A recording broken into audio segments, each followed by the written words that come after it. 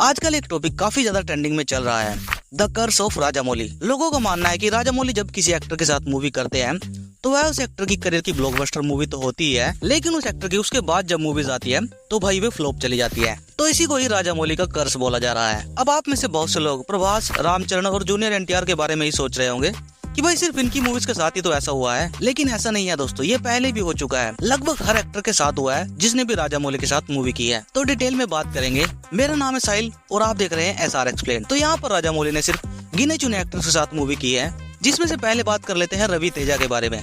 रवि तेजा की मूवी विक्रमोर्वो जो कि 2006 में आई थी, जिसका हिंदी रीमेक था राउडी राठौर के नाम से, जिसमें कि अक्षय कुमार नजर आए थे। विक्रमोर्वो मूवी को राजामौली ने ही डायरेक्ट किया था और यह रवि तेजा की करियर की ब्लॉकबस्टर मूवी थी। लेकिन इसके बाद जो रवि तेजा की मूवीज आई थी वे भाई कुछ खास कमाल नहीं कर पाई, जैसे कि खतरनाक मूवी भाई फ्लॉप। उसके बाद आई थी उनकी दुबई सिनू, वो भाई एक एवरेज मूवी रही थी। सेकंड एक्टर है हमारे यहाँ पर नानी, उनके साथ राजामौली ने एगा मूवी की थी, जिसको आप मक्खी के नाम से जानते होंगे। और एगा मूवी के बाद नानी की मूवी आई थी ये टोपोलेवेंदी मनासू, जो कि भाई फ्लॉप थी। और ऐसा ही किच्चे सुदीप के साथ भी हुआ, क्योंकि वो एगा मूवी में मेन विलन के रोल में नजर आए थे। मतलब जो मेन कैरेक्टर था एगा मूवी में वो किच्चे सुदीप का ही था। तो एगा मूवी के बाद केम्पा गौड़ नाम से किच्चे सुदीप की एक मूवी आई थी, जो कि भाई फ्लॉप गई थी। यह सब बातें सुन के आपको थोड़ा शॉकिंग लग रहा होगा। फिर आते हैं हमारे जूनियर एनटीआर, जिन्होंने राजामौली के साथ 4 मूवीज की हैं, जिसमें से उनकी पहली मूवी थी स्टूडेंट नंबर 1, जो कि एक ऑल टाइम ब्लॉकबस्टर रही थी। लेकिन उसके बाद जो उनकी मूवी आई थी सुब्बू, भाई फ्लॉप थी। एंड उसके बाद जूनियर एनटीआर और राजामौली ने फिर से टीम अप किया और उनकी मूवी आती है सिमाद्री, जो कि भाई ब्लॉकबस्टर थी। एंड उसके ठीक बाद जूनियर एनटीआर की मूवी आती है आंध्रा वाला, जो कि अगेन फ्लॉप रही थी। उसके बाद जूनियर एनटीआर राजामौली के साथ फिर से कोलैबोरेट करते हैं। उन दोनों की मूवी आती है यमडोंगा, जो कि अगेन एक ब्लॉकबस्टर मूवी आई थी। लेकिन इसके बाद जूनियर एनटीआर की मूवी आती है कंत्री, जो कि भाई अगेन एक फ्लॉप रही थी। अब आपको थोड़ा लगने लगा होगा कि राजामौली का कर्स रियल है, लेकिन अभी खत्म नहीं होता। और अभी रिसेंट में जूनियर एनटीआर की मूवी आई थी, जिसमें कि रामचरण भी थे। मूवी का नाम था RRR। भाई कौन नहीं जानता होगा इस मूवी के बारे में।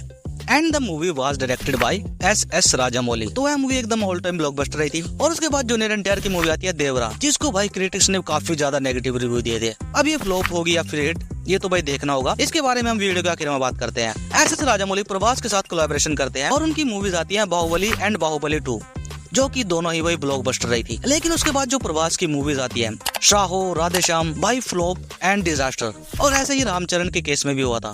रामचरण की मगधीरा मूवी को भी SS राजामौली ने डायरेक्ट किया था, जो कि भाई ब्लॉकबस्टर थी, ऑल टाइम ब्लॉकबस्टर। लेकिन उसके बाद रामचरण की मूवी आती है ऑरेंज, जो कि भाई डिजास्टर रही थी। And then RRR, all time blockbuster. और RRR के बाद उनकी मूवी आती है आचार्य, जिसमें कि वह सपोर्टिंग रोल में नजर आए थे, बट भाई वह मूवी भी डिजास्टर रही थी। और उनकी आने वाली मूवी गेम चेंजर के भी आसार कुछ सही नहीं लग रहे। तो क्या सच में राजामौली का कर्ज सही है?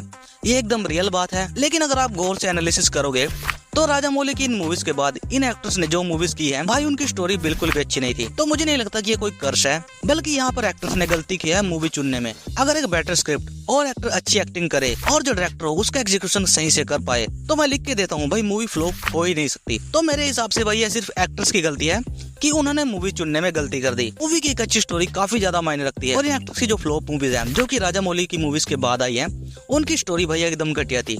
तो मेरे हिसाब से भाई ये कर्ज वर्ष कुछ नहीं है। और बात करूं देवरा की, तो देवरा मूवी ने 80% की रिकवरी ऑलरेडी कर ली है। हिंदी में तो यह अपना ब्रेक इवन हासिल कर चुकी है और एक हिट हो चुकी है। और मैं उम्मीद करता हूँ कि बाकी लैंग्वेजेस में भी यह अपना ब्रेक इवन हासिल कर लेगी। लेकिन अगर यह मूवी फ्लॉप गई, वैसे फ्लॉप तो बोल नहीं सकते क्योंकि मूवी ने 80% की रिकवरी कर ली है, लेकिन फिर भी अगर यह मूवी क्लीन 8 का टैग नहीं ले पाई और उसके बाद रामचरण की मूवी गेम चेंजर भी फ्लॉप हो जाती है, तब भाई मुझे इस टॉपिक पर दोबारा से सोचना पड़ेगा। तब मैं थोड़ा मानने को तैयार हूँ कि यह कर्ज रियल है। बाकी इसके बारे में आपका क्या मानना है भाई कमेंट में जरूर बताना। और दोस्तों वीडियो अच्छी लगी तो लाइक कर देना और ऐसी इंटरेस्टिंग कंटेंट के लिए इस चैनल को सब्सक्राइब कर लेना। तो मिलता होगा ना आपसे किसी नेक्स्ट वीडियो में, तब तक के लिए बाय बाय, टेक केयर।